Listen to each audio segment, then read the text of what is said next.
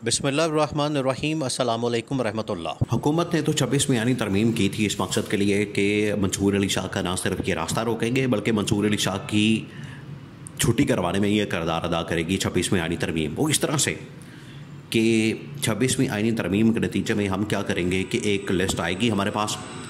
List में ये तो पहले ही डिसाइड हो चुका था, लिस्ट क्या आनी है पहले ही डिसाइड हो चुका था कि इन्होंने मंसूर अली शाह और मनीम अख्तर को चीफ जस्टिस नहीं बनाना, और हुकूमत ने फैसला कर लिया था कि नीचे से किसी को जज को ऊपर प्रमोट करके तो उसको चीफ जस्टिस बना देंगे। तो इन्होंने याह्या अफरीदी का नाम, इनके पास तो मज़ीद नीचे लिस्ट कोई नाम नहीं थे, वरना इन लोगों ने जाना था जस्टिस अमीनुद्दीन ख़ान पे या जस्टिस नईम अख्तर अफ़गान पे। बहरहाल इन्होंने याह्या अफरीदी को लगा दिया। इनका ख्याल ये था कि याह्या अफरीदी को जैसे लगाएंगे तो ऊपर मनीम अख्तर और मंसूर अली शाह ये इस्तीफ़ा दे देंगे, घर चले जाएंगे, और उसके बाद हमारे वारे न्यारे हो जाएंगे, हमारा रास्ता साफ़ हो जाएगा। मनीम अख्तर भी चला गया, मंसूर अली शाह भी चला गया, और कंट्रोल में हमारी होगी अदलिया। अदलिया कंट्रोल में होगी तो अगले 3 साल 5 साल हम मौज मस्तियाँ करेंगे, हमें कोई रोकने वाला, टोकने वाला, पूछने वाला कोई रुकावट नहीं होगी। ये इनका मंसूबा था, ये इनका प्लान था, और इस प्लान के तहत ही इन लोगों ने 26वीं आइनी तरमीम की। लेकिन वो 26वीं आइनी तरमीम क्या करनी थी वो तो उल्टा गले पड़ गई। अब ये 27वीं आइनी तरमीम लाने जा रहे हैं। पहले ये 26वीं आइनी तरमीम ला के फंस गए, 27वीं तरमीम ला के ये और फंस जाएंगे, और इन्होंने फंस जाना है। अब याह्या अफरीदी ने आते साथ ही पहला जो काम किया था वो ये किया था कि मंसूर अली शाह को और मनीम अख्तर को जजेस कमेटी के अंदर बहाल कर दिया, जो कि काजी फ़ाइज़ ईसा नहीं कर रहा था। अब काजी फ़ाइज़ ईसा क्यों नहीं कर रहा था? क्योंकि वो हुकूमत का सहूलतकार था, हुकूमत के लिए सहूलतकारी कर रहा था, और काजी फ़ाइज़ ईसा मंसूर अली शाह को नहीं ला रहा था क्योंकि गवर्नमेंट का, हुकूमत का, शरीफ ख़ानदान का हुक्म था कि इसको नहीं लाना। उसने कहा कि ठीक है इसको नहीं लाना, और उसने हर तरीके से फिर रास्ता रोका। उसने पहले जजेस कमेटी से निकाला, मज़ीद 3-4 कमेटियाँ, जुडिशल कमीशन और इसके अलावा कमेटियाँ जो कि सुप्रीम कोर्ट के अंदर काम करती हैं, वो तमाम की तमाम कमेटियों से कादी फ़ाइज़ ईसा ने जस्टिस मंसूर अली शाह को निकाल दिया। तो याह्या अफरीदी ने जैसे ही हलफ लिया, जैसे ही वो चीफ जस्टिस बना, तो आते साथ ही जो पहला उसने काम किया, उसने मंसूर अली शाह को तमाम कमेटियों के अंदर बहाल किया, और मनीम अख्तर को भी जिस तरीके से निकाल दिया गया था उसने भी उसकी भी इज़्ज़त को बहाल करते हुए उसकी भी वापसी करवाई। तो ये तो हर रोज़ ही मंसूर अली शाह किसी ना कमेटी के अंदर, किसी ना किसी कमेटी के अंदर आ रहा है, और वो किसी क़यामत से कम नहीं हुकूमत के लिए। अब हुकूमत को ये नज़र आ रहा है, हुकूमत को ये अंदाज़ा हो चुका है कि 26वीं आइनी तरमीम को PTI ने चैलेंज कर दिया, चैलेंज कर दिया उन्होंने। अब ये केसेस, बेंचेस बनाने का जो सिलसिला है ये अगले हफ्ते शुरू हो जाना है, अगले हफ्ते शुरू हो जाना है, और ये नवंबर में सिलसिला आखिरकार शुरू होना है, और नवंबर के अंदर ही ये सारे मामलात निपटा दिए जाने हैं। जिसके अंदर 26वीं आइनी तरमीम का मामला है, इलेक्शन ऑडिट का मामला है, और मखसूस नशस्तों का मामला है।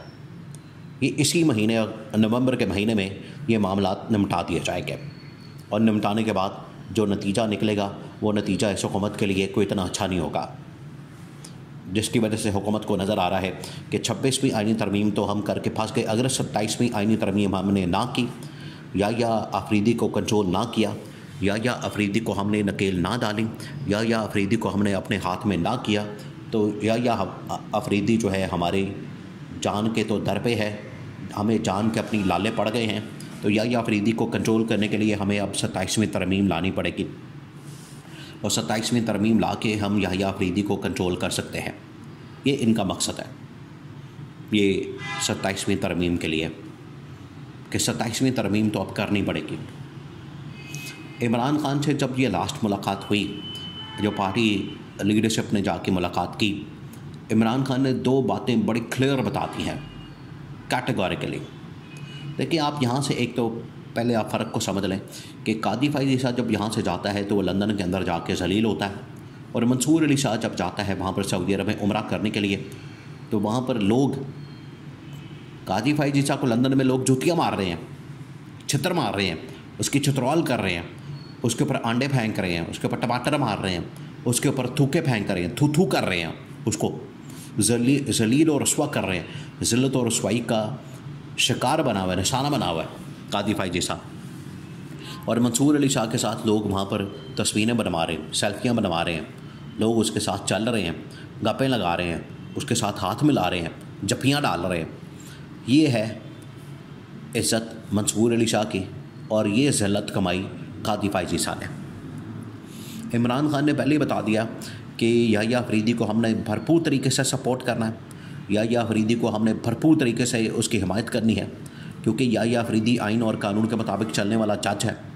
हमें इसके ऊपर कोई एतराज़ नहीं, हमें इसके ऊपर कोई मसला नहीं, और याह्या अफरीदी को हमने हर सतह के ऊपर सपोर्ट करना है, क्योंकि याह्या अफरीदी अब इस कौम की उम्मीद बन चुका है।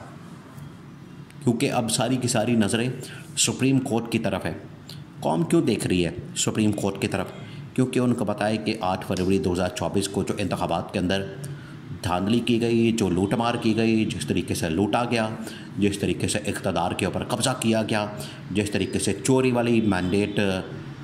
के मैंडेट वाली हुकूमत मसलत की गई, इमरान खान को पता है कि, और ये इमरान खान ने अवाम को शऊर दिया, जिसकी वजह से पब्लिक इतनी समझदार और बाशऊर बन चुकी है। वो कहती है कि इमरान खान एक कॉल दे तो हम सड़कों पर आने को तैयार हैं, लेकिन उससे पहले इसकी तो नौबत ही नहीं आनी, इसकी तो ज़रूरत ही नहीं पड़नी। ये सुप्रीम कोर्ट जो है पहले ही इस हुकूमत को घर भेजने का बंदोबस्त कर रही है। 26वीं आईनी तरमीम और उसके बाद मखसूस नशस्तें और इलेक्शन का ऑडिट, ये इतना लंबा चौड़ा मामला खाता खुलना ही नहीं, इधर जाना ही नहीं, लॉन्ग मार्च है तहरीक और ये वो, इसकी ज़रूरत पड़नी ही नहीं।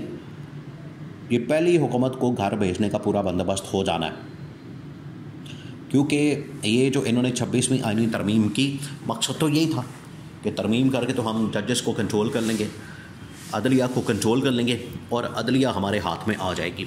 लेकिन अदलिया हाथ में आने के बजाय मंसूर अली शाह और मुनीब अख्तर वो और ज़्यादा ताकत के साथ, पावर के साथ, और ज़्यादा वो अथॉरिटी के साथ अपनी सीटों पर बैठ गए हैं।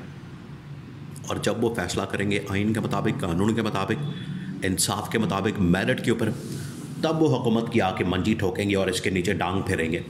और इनको पता लगेगा कि इन्होंने 26वीं तरमीम करके, जिसके लिए इन्होंने बड़ी भाग दौड़ की, मंडियाँ लगाई, लोग ख़रीदे, पैसे चलाए और पता नहीं क्या कुछ किया मुल्क के अंदर, जो इन्होंने गैर आइनी और गैर कानूनी हरबे हथकंडे इस्तेमाल किया लोगों के ख़िलाफ़।